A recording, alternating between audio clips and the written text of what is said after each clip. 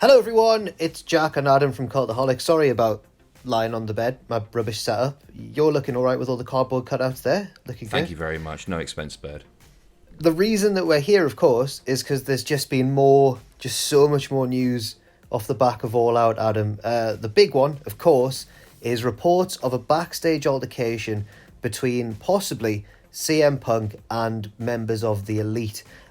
Straight away after the scrum, where he did that big rant that you talked about on the news last night, Talent had then informed Fightful that Kenny Omega and the Young Bucks were extremely peed off, and one even claimed they were threatening to walk out over the comments that Punk made.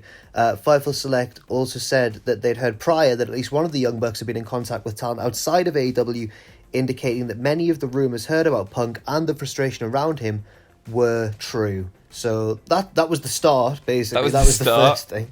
It all continued from there on Wrestling Observer Radio, with Brian Alvarez reporting that an altercation did in fact take place following Punk's appearance at the scrum. If you look carefully on some of the reporter cams, it wasn't shown on the legit thing, but you can see a security guard peg it out of the room while Swerve and Keith were chatting away. If the altercation resulted in punches being thrown wasn't confirmed at this point, but Dave Meltzer described the incident as a melee. Fightful Select also mentioned that a steel may have been involved at this point, though that was unconfirmed. And then we've got, in the last hour or so, a confirmation from a reporter that a fight broke out. Yes, Steve Muehlhausen, I believe, who works for DAZN and places like that, he said on Twitter there was an altercation. Sources say there was an altercation between CM Punk and the Young Bucks early on Monday. The Bucks confronted Punk about his comments at the scrum. It did get physical, with Punk throwing punches at least one member of the Bucks. A number of people intervened to separate everyone. More to come. Go on, Bloody wrestling's hell. back. Hell. It's just... It's bonkers. It's absolutely bonkers. People are already questioning whether or not this is a work. I mean, everything points to this being legit at the moment. I think a lot more is going to come out about this. There's a lot of rumours on social media right now about who came out on top. People are already talking about it, but I think it'll be a very interesting Dynamite. That's for sure. Yes, definitely. Tony Khan also spoke shot on WWE at the press conference. It was just after 15 wrestling matches, the entertainment was only just beginning. Everything was just... Like, and with this, normally this would be like a massive big story. Some of Tony's comments, he's obviously very pissed off. He was quite sweary as well. But everything else that we're going to talk about in this video is still really important stuff, but it's been completely overshadowed by the Punk stuff. Yes, he was asked in the press conference about things like buy rates and everything and how successful he felt that All Out had been. But he kind of just went on his own on this tangent about how WWE held two shows this weekend, obviously Worlds Collide and then, Clash at the Castle, and then Worlds Collide as well. And he didn't really seem to take too kindly to it, saying there's a big difference between this year and last year. We were the first professional wrestling show and the only professional wrestling show on Labor Day weekend last year. We were the third professional wrestling show of the weekend this year, and I don't think that's a coincidence. And when I talk about things I wasn't thrilled about, I was a little surprised we were the third professional wrestling show this weekend, and it's probably a little bit more challenging in the marketplace when it becomes a little more crowded. So our performance in prior years, well, we never had this kind of competition. This was kind of a first for us in AEW to see this kind of a crowded marketplace. I'm not sure if this is what we'll see from now on. If it is, when the fight is brought, I will continue to bring a fight of my own. I have unique ways to do that. I have a lot of money to fight with. This is not a game to me. This is my life, and I don't think it's a joke. I take it very seriously. He also talked about historic wrestling wars of the past, saying, when I compare myself to Jim Crockett Promotions this weekend, I think I got a taste of the same medicine Jim Crockett Promotions took, but I have a lot more flipping money than Jim Crockett did. I'm serious. I'm not going to sit back and take this flipping S word. We have unconfirmed reports that Triple H did in fact urinate himself when he heard these remarks. Again, that is, we can't confirm those at present. Hey, listen, if I was Tony Khan, I could understand the frustration and everything, but doesn't that prove that you're doing a good job and they view you as competition? And that's just the wrestling biz, isn't it? And if memory serves, and I might be wrong here, but Clash at the Castle was actually announced before All Out. I think it was. But I think he's saying, for some reason, Tony seems to be viewing Labor Day weekend as like an AEW thing, and I guess he's possibly thinking it's as if they ran a show like over WrestleMania weekend or something. I don't know. I don't really know. But yeah, it's fair enough. But hey, you maybe you're doing something right if they take that course of action. Absolutely. Another one of the things that kind of has been buried in all the goings on during and specifically after All Out was the whole Thunder Rosa story. Obviously, Toni Storm at the event became the interim AEW Women's Champion, but Thunder Rosa is still the women's champion, and I guess they're going to have a unification match somewhere down the line. Toni Storm was asked about this at the press conference and kind of suggested, Adam, that Thunder Rosa's injury might not be what it seemed.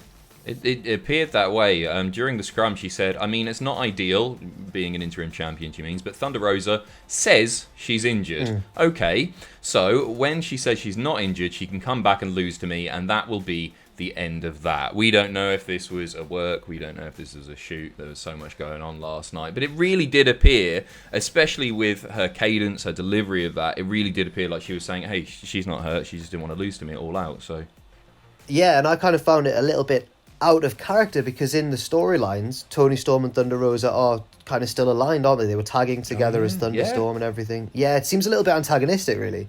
It does, and it's not the first, time that we've heard maybe negative things about Thunder Rosa, her backstage attitude and the way that she sort of perceives herself, maybe. I think it's a really, really interesting one. And, well, I don't know. We'll see where it goes.